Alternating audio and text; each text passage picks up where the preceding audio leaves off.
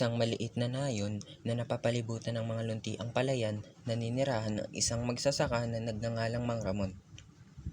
Kilala siya sa kanyang pagiging masipag at mapagbigay.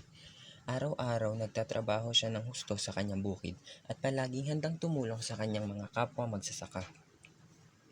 Isang araw, isang malakas na bagyo ang tumama sa nayon. Ang mga pananim ay nasira at ang mga bahay ay nagiba. Ang mga tao ay nagkagulo at nag-aalala. Si Mang Ramon, bagamat nawalan din ng maraming pananim, ay hindi nag-aatubiling tumulong sa kanyang mga kapwa. Pinamigay niya ang kanyang mga natitirang pagkain at damit sa mga nasalanta ng bagyo. Nagbigay siya ng aliw at pag-asa sa mga nawalan ng lahat.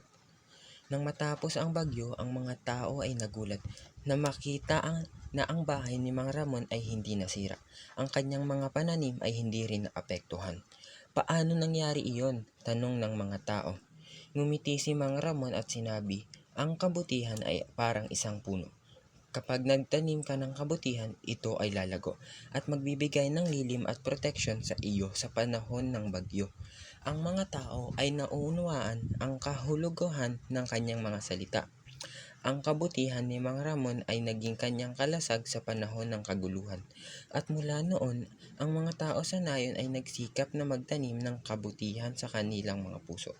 Alam nila ang kabutihan ay hindi lamang magbibigay ng kaligayahan sa iba, kundi pati na rin sa kanilang sarili.